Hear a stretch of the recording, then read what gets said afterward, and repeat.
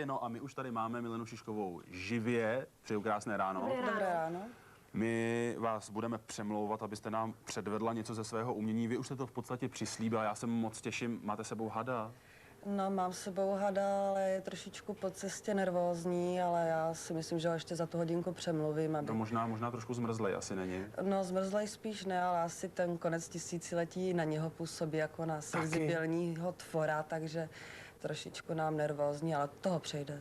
Že za hodinku ho uvidíme v akci. Určitě. Původně jsem myslel, že ho jako pochovám teda, ale jestli je nervózní, tak od toho asi upustím hodně rychle. Nicméně pojďme si povídat o tom, co to vlastně obnáší být hadí ženou. No, takže já bych to vzala úplně od začátku, že jsem začínala jako hadí nějaká holčička, gymnastika, balet, takovéhle věci a nakonec jsem teda přešla na vystoupení typu hadí žena, kdy si dávám hlavu mezi nohy za krk a takhle po různu, kterýž to taneční vystoupení jsem pojala tanečně, navíc do orientálních tanců, etnických tanců. Začínala jsem vlastně s indickýma tancema, arabskýma. No a postupem času jsem začala teda se škrtiči vystupovat jako hadí žena, nejenom teda tělem, ale i s tím škrtičem, zadem. A protože se mi to zdálo málo, že v podstatě nějakou ohavnost dokáže kdejaká gymnastka. Tohle to je kresba mojí dcery. Když vystupuju pro dětičky, tak mi kreslí takovýhle obrázky se zalomenýma hadama a tak podobně, jak vystupuju, tak to mi děti kreslí takovýhle obrázky, které jsou nejlepší propagačním materiálem potom. Jo. No a to se týká hadů a po 10 letech vystupování s hadem jsem si říkala, že to zase ještě málo, že to už konec konců hada kolem krku si dá kde kdo, když ví jak, tak jsem začala uvažovat nad tím, že bych to dělala na hřebíkách, protože nemám takový technický zázemí, abych mohla dělat perský tyče, jak Číňanky nebo Mongolky s miskama na hlavě a na perský tyči. Takže jsem si vymyslela hřebíky, který mi daroval železný zekon. A s mým přítelem vlastně jsme natrénovali vystoupení, se kterým postupem času během 3 let se vyklubalo nějakých 10 akrobatických poloh na fakírském loži, ze kterých 8 je zapsaných v Guinnessové knize rekordů. My tady na těch fotografiích vidíme naprosto úžasné a pro mě nepochopitelné kreace.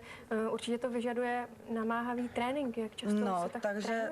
Takže k tomu vlastně teď se dobíráme k té celé podstatě souznění člověka s přírodou a vůbec s celkovým životem jako takovým, že ono ten trénink určitě potřeba je. Já jsem v podstatě trénovala nějakých, dejme tomu, 12 let, tu gymnastiku, balet, tance různý, etnický, moderní, ale před nějakýma 10-12 lety jsem přestala trénovat vůbec, protože jsem pochopila vlastně, o čem to celé je a že člověk může mít natrénovanou nějakou preciznost do největší míry, ale pokud to necítí zhora, tak vlastně nedá těm lidem to, co jim dát skutečně chce.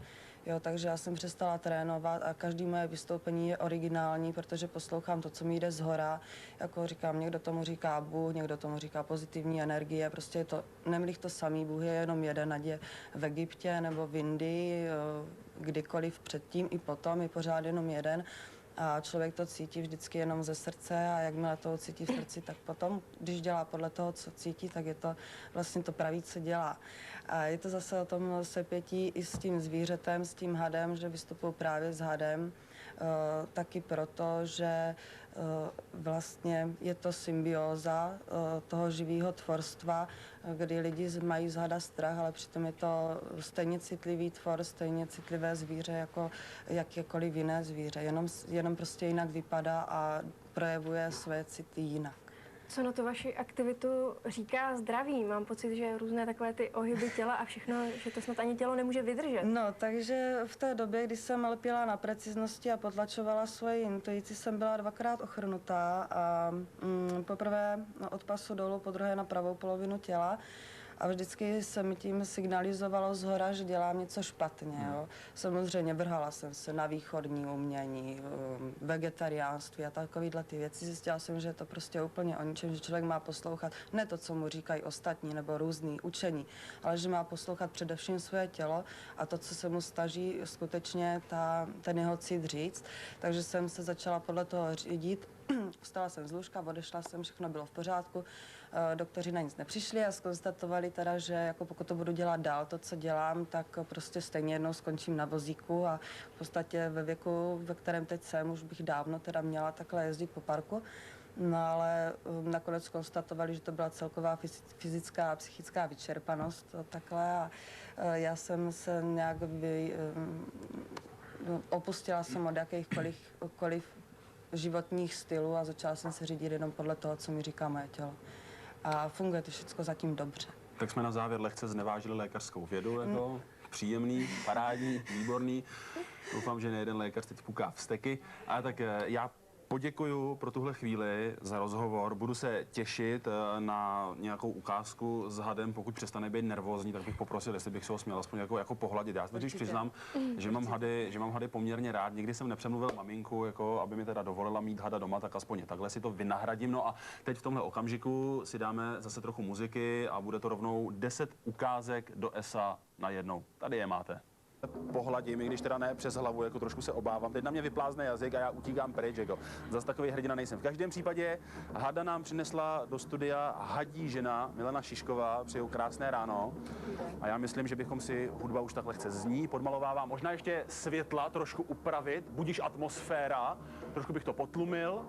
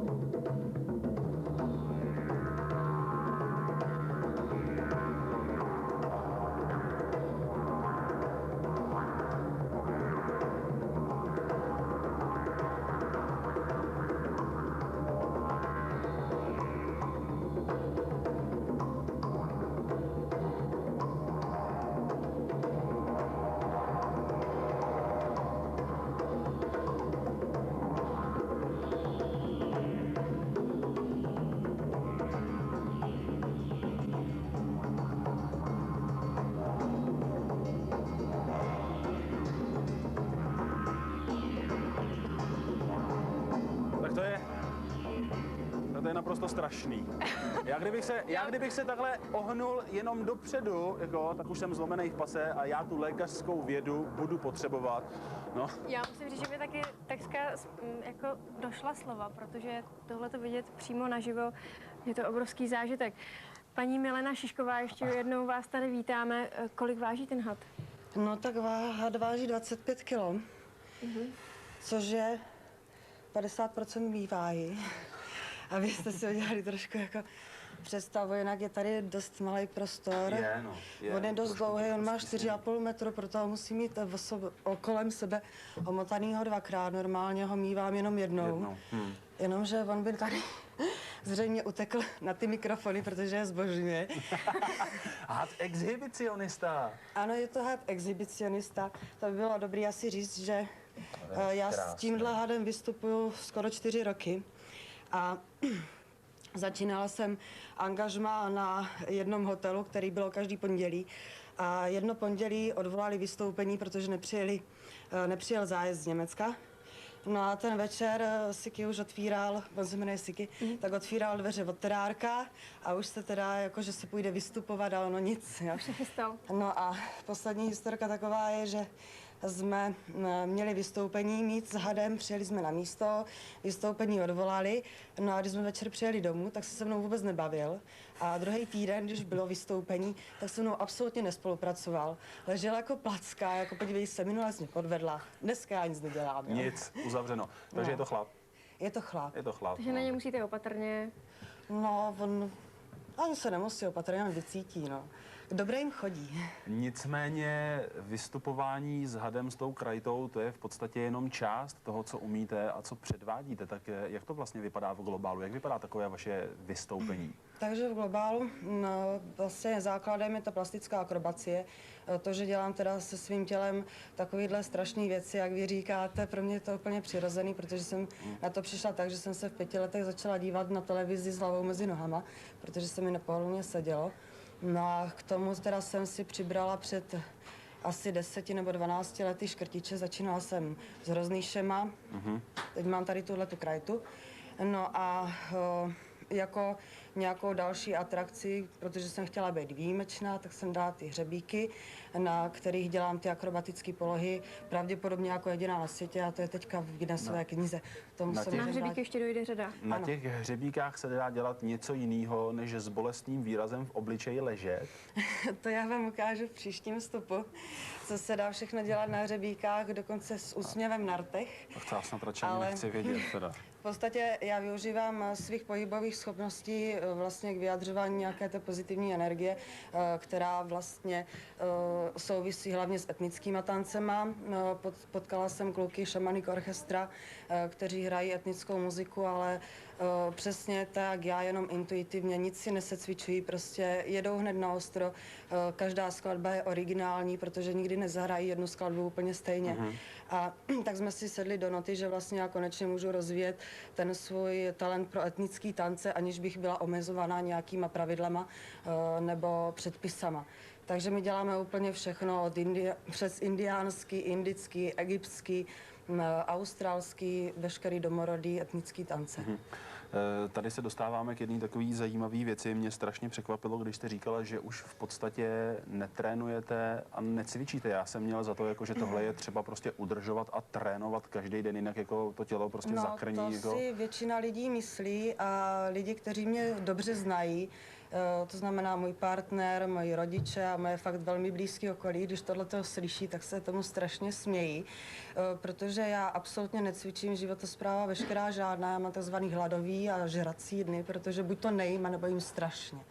A netrénuju vůbec, v podstatě já se rozcvičuju nějakých 5 minut před vystoupením v šatně a tím končí celý můj veškerý trénink a když si dělám nějaký nový vystoupení, tak si udělám nějakou vyloženě choreografickou kostru, ale všechno vlastně přizpůsobuju atmosféře a prostředí, kde vystupuju, kde probíhá. Čím to je, přímo že to nemusíte vystoupení. trénovat?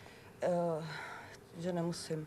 Já jsem to vždycky brala jako nějaký velký dar, který si mám vážit a nerada plýtvám tím, co mám danýho zhora někde, kde se to prostě nehodí, kde si toho lidi neváží. Jo. Pokud já vystupuju pro lidi, kteří si toho váží, tak to vystoupení vypadá vždycky úplně perfektně, i když udělám nějakou technickou chybu. Ale pokud vystupuju pro lidi, který to vůbec nezajímá nebo nejsou schopni přijat nějaký pozitivum, tak to může být technicky absolutně precizní a nemá to vůbec žádný Žádný efekt. smysl. Jo. Tak tohle byla Milena Šišková ve svém oboru určitě Spolu s ní číslo Siky, 1. jednička na světě v oboru hadí žena. Já se budu těšit i bát na ty hřebíky. Jako. No a teď v tomhle okamžiku si dáme nějakou muziku, dáme si písničku, kdysi západoněmecká, dneska už jenom německá kapela Scorpions a jejich To Be Number One. Že jste si dávala nohu za krk, já jsem z toho neuvěřitelný. A já se přiznám, přestože tady ten povrch jako je poměrně rovnej, hladký, sedím jako na trní. Vy jste slíbila, že ukážete něco, co umíte na desce Pobité hřeby. Ta deska je tady, tak já myslím na úvod, že bych vás poprosil, abyste ukázala něco ze svého umění. Konec konců to jsou věci, které jsou zapsány v Guinnessově knize rekordů. No, pokusím se vám tady ukázat 3 z 8 akrobatických poloh na fakírském loži, které jsou zapsány v Guinnessové knize rekordů od letošního listopadu. Tak možná trocha hudby, že by neškodila, možná nějaká atmosféra, světla. Au. Jau.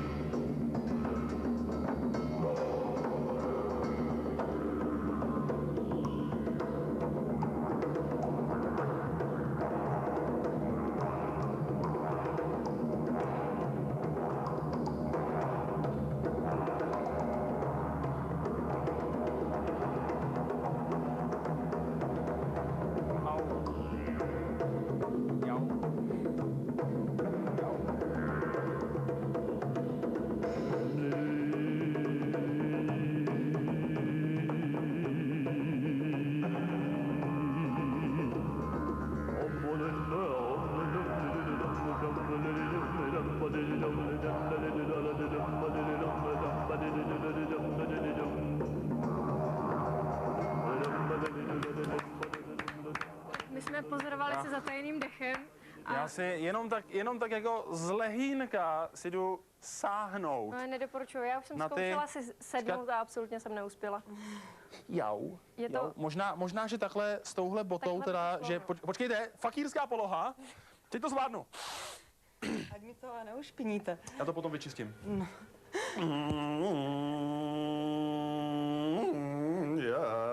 Jestli to projde, tak to bude strašný. Úžasný. Tak Karel si Jo, dává takhle by na ze nebe mě to vyšlo. fakír byl taky, ale bez těch bot teda nevím, jako to už bych měl ty hřebíky asi někde v kotníku. Paní Milena Šišková, ještě jednou opravdu děkujeme za tohleto představení. Vy jste sama říkala, že pár z těch poloh je zaznamenáno do Guinnessovy knihy rekordů. No, takže vlastně tady, kromě toho ležení, jako takového To je normálka.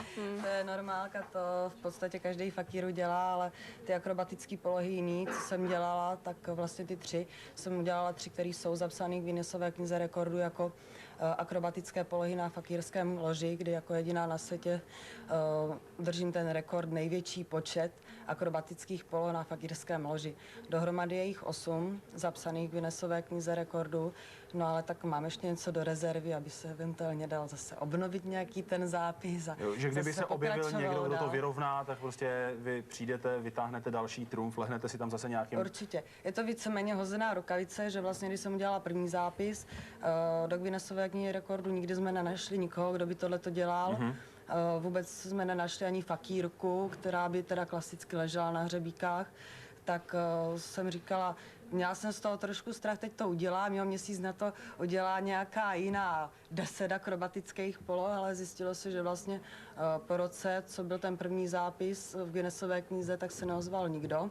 Nebo neobjevil se teda nikdo.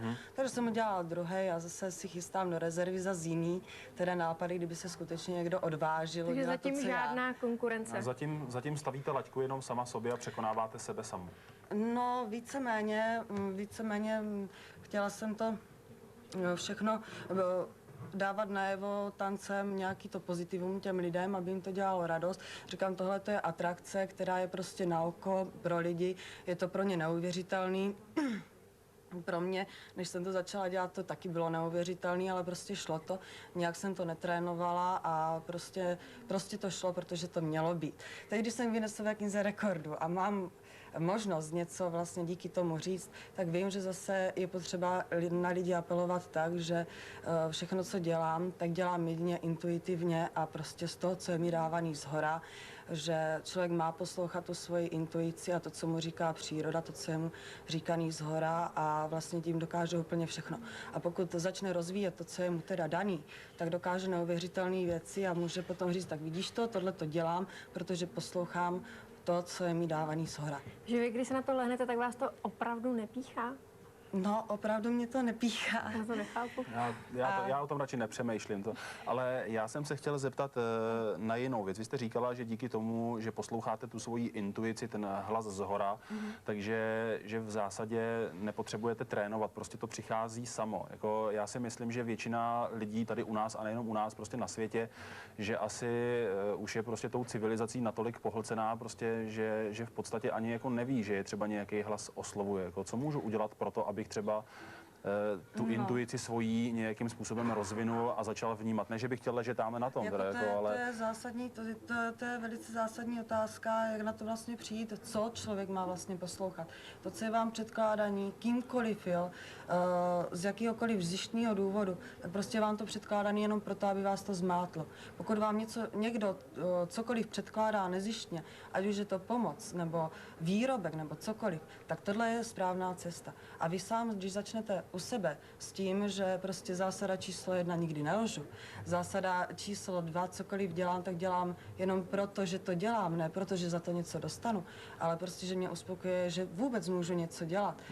A když vzpomenu nějaký křesťanství a Bibli, tak 10 přikázání a jakmile se tímhle začnete řídit, vlastně tohleto začnete dělat, tak uslyšíte tu odezvu, ucítíte tu odezvu, že tohle to děláte dobře. Jo, prostě člověk se musí chovat fakt nezištně jenom proto, že cokoliv dělá, tak musí dělat z lásky. Z opravdové, skutečné, jak je popsaná v listě Korinským. A pak už všechno cítíte, že to, co děláte, děláte správně. A pak se může stát, že teda najdu to svoje skutečné a správné místo ve světě. Určitě. Určitě. Jak často takhle vystupujete a kde vás vlastně mohou diváci vidět? Tak dneska v Karlových Varech výjimečně teda můžu vyhlásit takhle, že protože vystoupení mám tak většinou jednou, dvakrát do týdne, různě po republice. Bohužel většinou jsou to teď jenom diskotéky a takovýhle různý pochybný podniky, když to tak řeknu, protože naše kultura celkem dost dopadá, ale během roku se objeví celkem dost dobrých akcí, nějaké plesy se objevují se skupinou Shamanic Orchestra, čas od času jedeme na nějakou lepší akci, kde se teda dá rozvinout ta intuice a kde lidi prostě zaplácají a řeknou, máme z toho chutí dělat to též, jo. Ale jinak mám tak 14 dní dopředu nebo měsíc dopředu naplánovaný a pak nic a čekám zase, kdo zavolá, co bude. Tak my vám budeme držet palce, aby v roce 2000 těch nabídek bylo podstatně víc. Já myslím, že si to zasloužíte. Po dnešním vysílání určitě, kdo vás viděl. No, já vám zase všem přeju strašně moc lásky, aby každý telefonoval teda jenom z lásky, když už se ozve, aby to nebylo z zištního důvodu. Děkujeme a přejeme vše nejlepší do nového roku. Děkuji.